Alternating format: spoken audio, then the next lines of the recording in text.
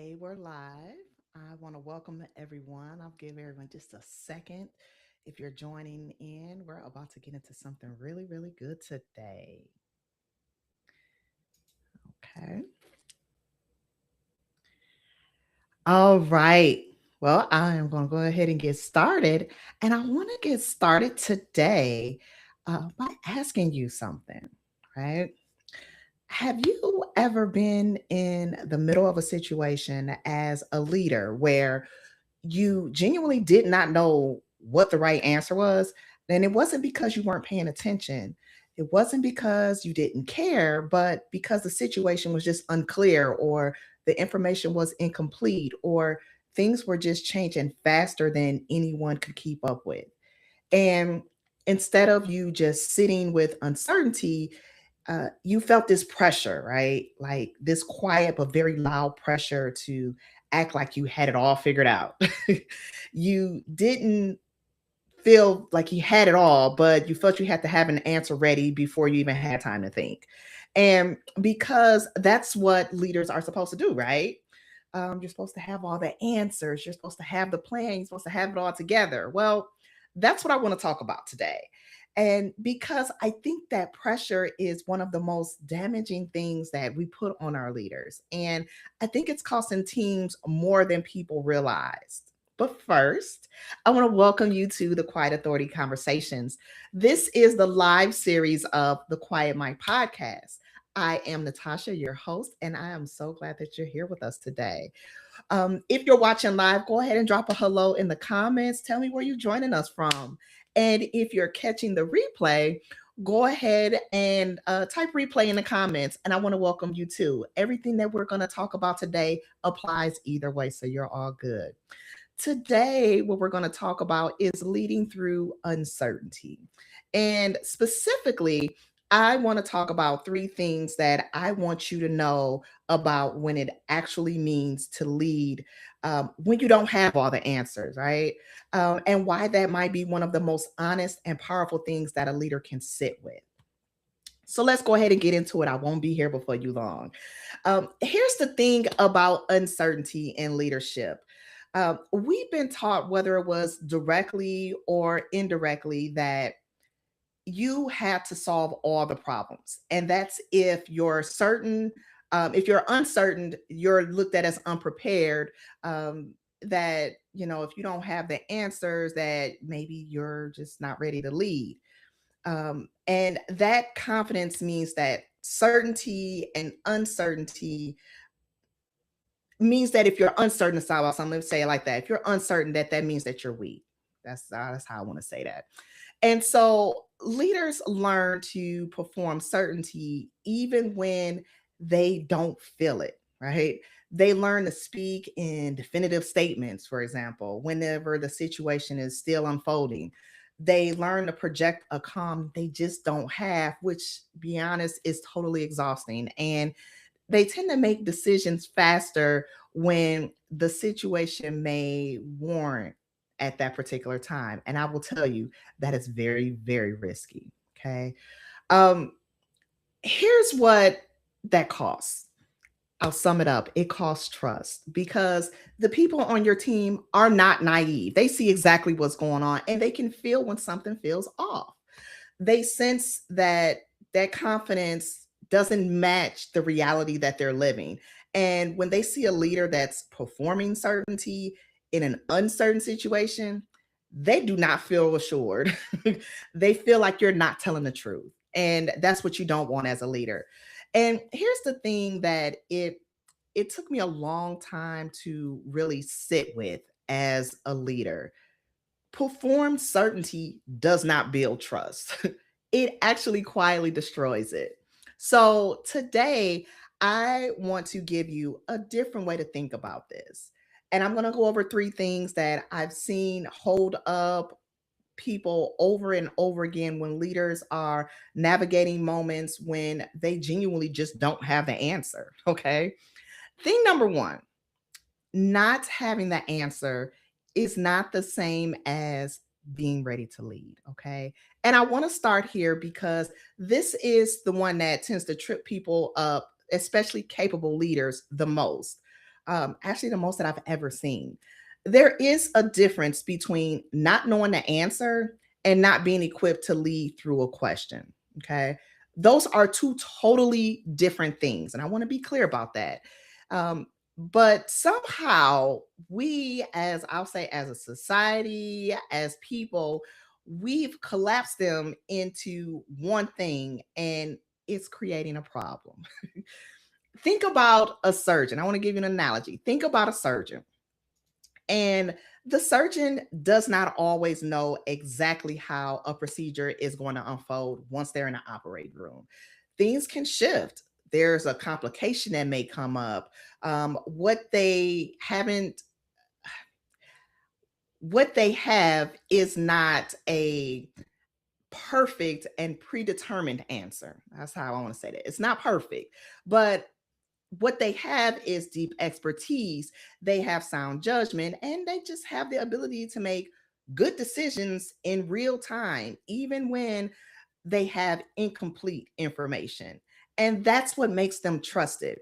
Not that they knew everything in advance, right? They might be working in real time and they have to navigate and see exactly how things are going to play out based on the information that they have. Okay. Leadership works the same way.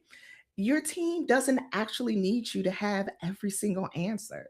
What they need is to trust that when things get complicated, that you're not going to go panic or disappear or pretend that everything is totally fine when clearly, very clearly, it's not. Okay. What they need is to know that you can hold the situation steady while things work on becoming clear. Okay.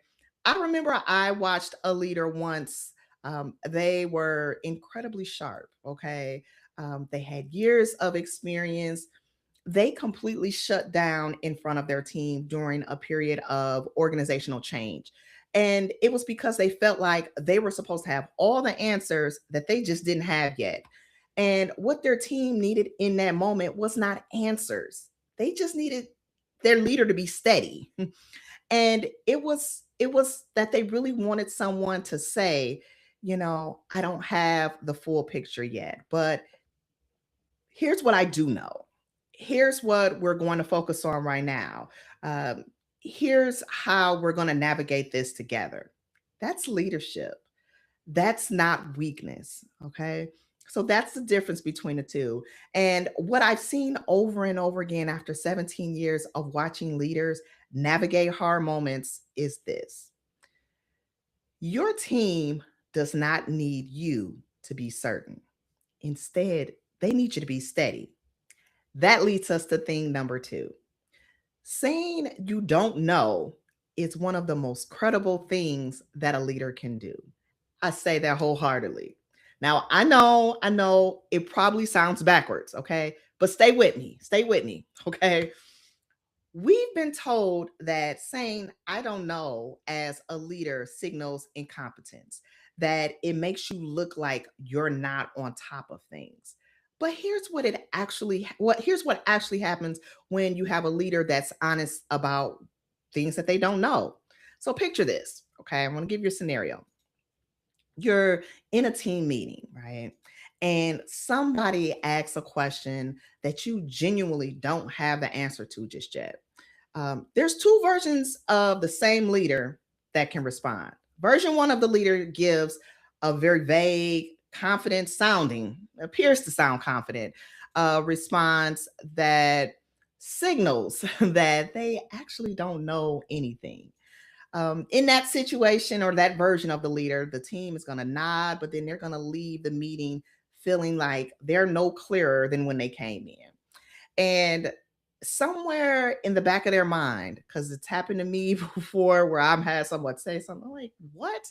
Somewhere in the back of their mind, they're going to file it away as our leader was not straight with us. They were not honest. And I'll give you the second version, version number two.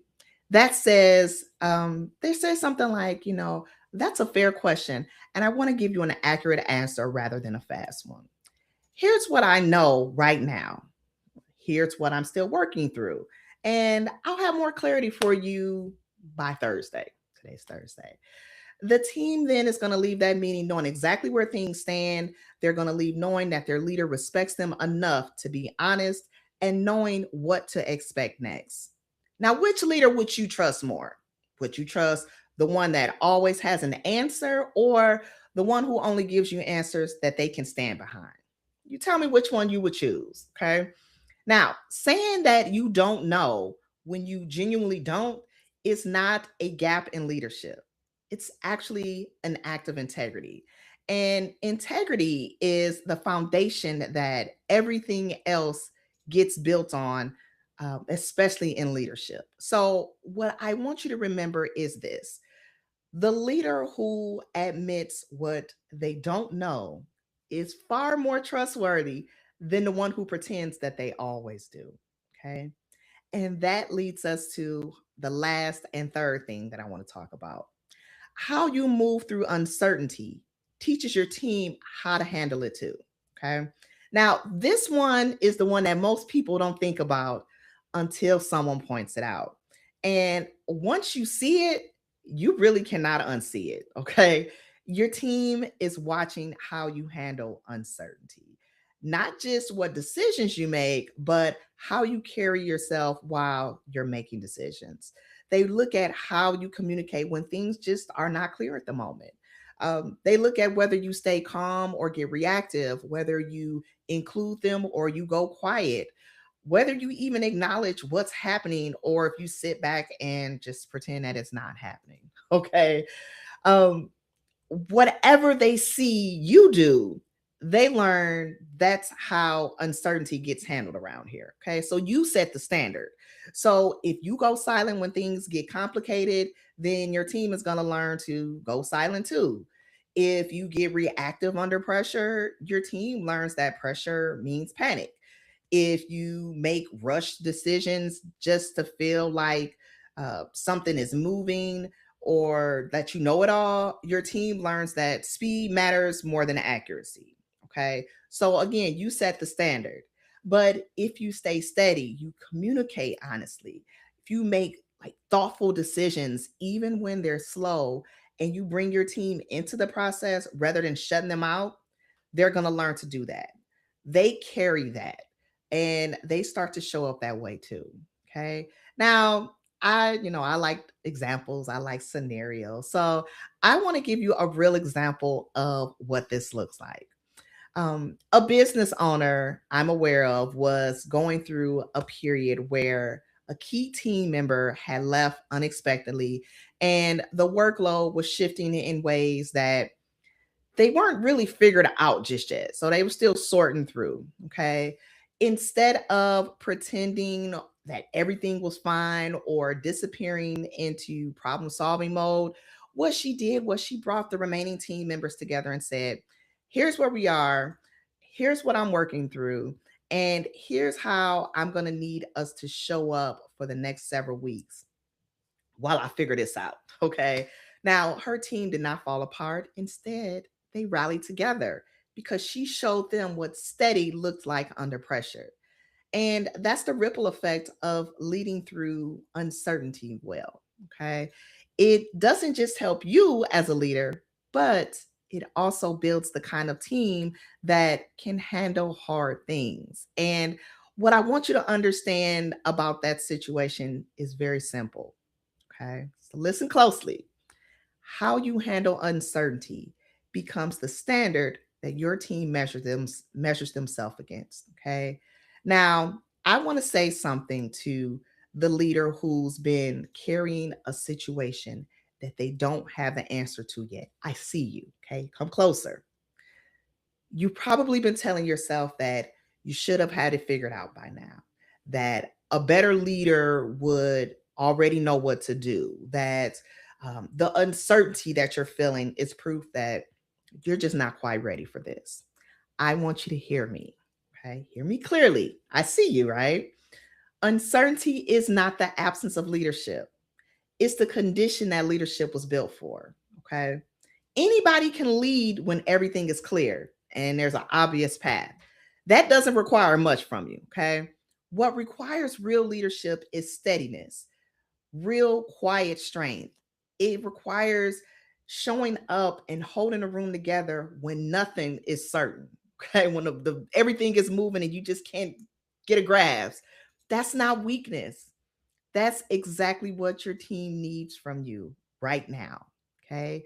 And if I had to put it into one thought that I want you to carry away today, it's this. So listen.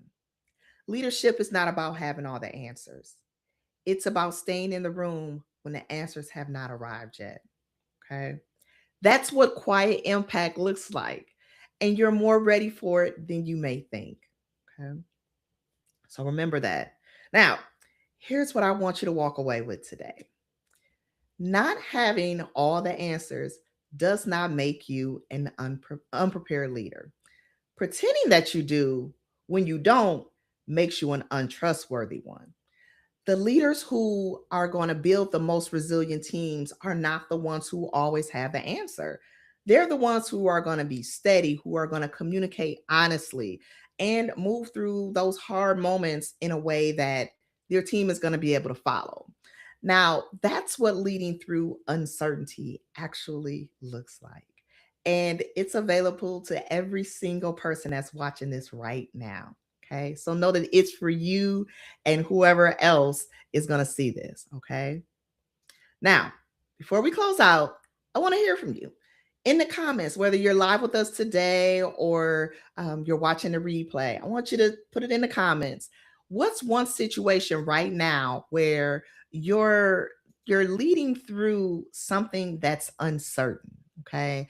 You don't have to give me the details. Just let me know that you're in it because I want you to know that you're not alone in that. Okay. And if today's conversation gave you something useful, go ahead, share it with one, two, three, however many other leaders in your life that need to hear this message. Okay. Because that's the best way to help this channel to grow and to keep these conversations going and going and going. All right. Also, something is coming very soon, and I think you're going to want to be a part of it. If you're not already subscribed or following, now is a really, really, really good time to do that so that you don't miss it when it drops. Okay. Go ahead, hit that subscribe or follow if you have not already. New episodes are every Thursday. And I want you to remember the quiet ones move the room. So let your quiet speak loud. Until next time, bye bye.